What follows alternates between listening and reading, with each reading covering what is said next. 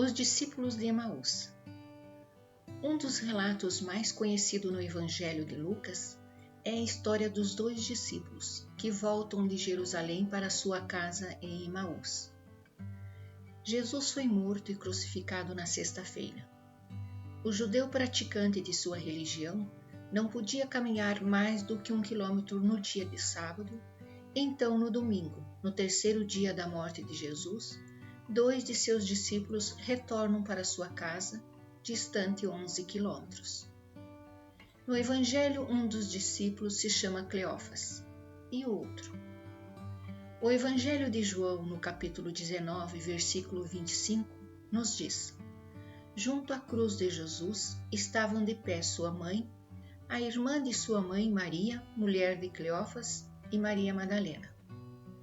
Ele nos conta que a irmã de Maria, mãe do Senhor, chamada Maria de Cleófas, estava junto à cruz. Não seria demais acreditar que os 2 discípulos fossem um casal, Cleófas e a sua esposa. Nunca saberemos com certeza, mas é uma hipótese possível. Vou ler o trecho do Evangelho que se refere aos discípulos de Emaús.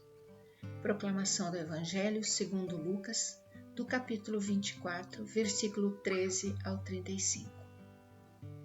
Nesse mesmo dia, 2 discípulos caminhavam para uma aldeia chamada Emaús, distante de Jerusalém 60 estádios. Iam falando um com o outro de tudo o que se tinha passado. Enquanto iam conversando e discorrendo entre si, o mesmo Jesus aproximou-se deles e caminhava com eles. Mas os olhos estavam-lhes como que vendados e não o reconheceram. Perguntou-lhes então: de que estáis falando pelo caminho e por que estáis tristes? Um deles, chamado Cleófas, respondeu-lhe: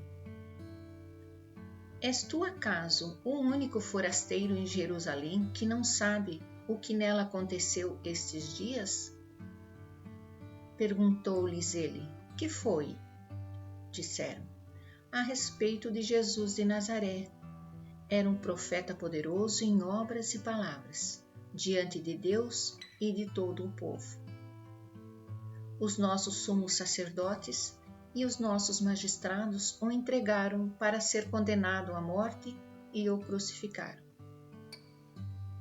Nós esperávamos que fosse ele quem havia de restaurar Israel, e agora, além de tudo isso, é hoje o terceiro dia que essas coisas sucederam. É verdade que algumas mulheres dentre nós nos alarmaram. Elas foram ao sepulcro antes do nascer do sol.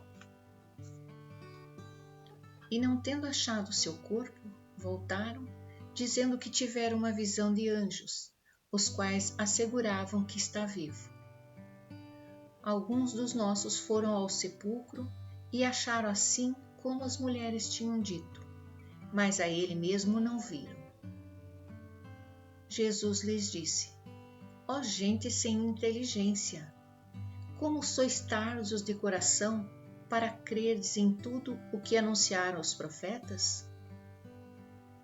Porventura não era necessário que Cristo sofresse essas coisas e assim entrasse na sua glória? E começando por Moisés, percorrendo todos os profetas, explicava-lhes o que dele se achava dito em todas as Escrituras. Aproximaram-se da aldeia para onde iam e ele fez como se quisesse passar adiante. Mas eles forçaram-no a parar. Fica conosco, já é tarde e já declina o dia. Entrou então com eles.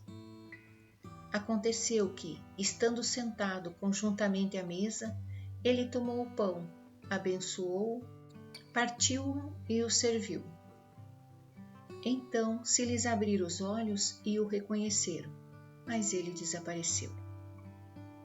Diziam então um para o outro: não se nos abrasava o coração quando ele nos falava pelo caminho e nos explicava as Escrituras? Levantaram-se na mesma hora e voltaram a Jerusalém. Aí acharam reunido os 11 e os que com eles estavam. Todos diziam: o Senhor ressuscitou verdadeiramente e apareceu a Simão. Eles, por sua parte, contaram o que lhes havia acontecido no caminho e como o tinham reconhecido ao partir o pão. Palavra da salvação. Vou fazer um breve comentário.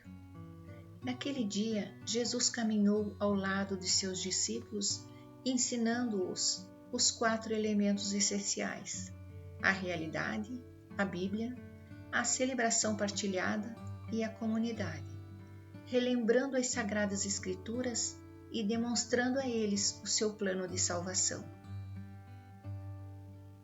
Chegando em Emaús, os discípulos convidam Jesus para entrar e jantar com eles.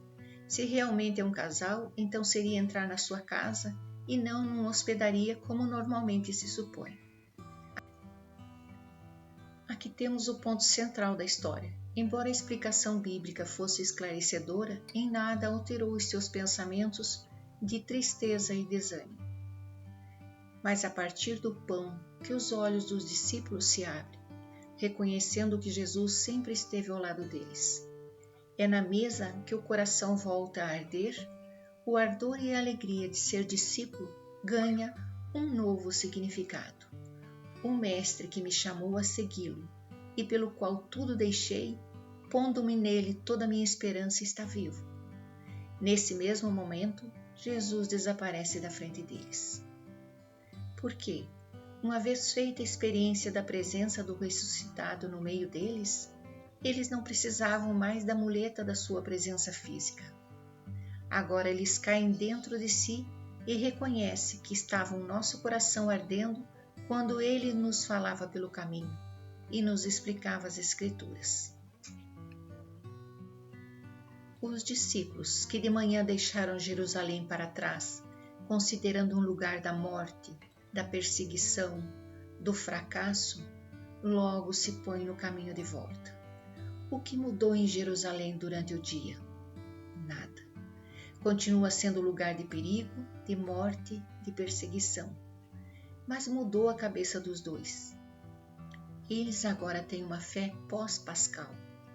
Em lugar de desânimo, há entusiasmo e coragem, pois experimentaram a presença de Jesus ressuscitado. A morte não teve sobre ele a última palavra. Deus o ressuscitou dos mortos.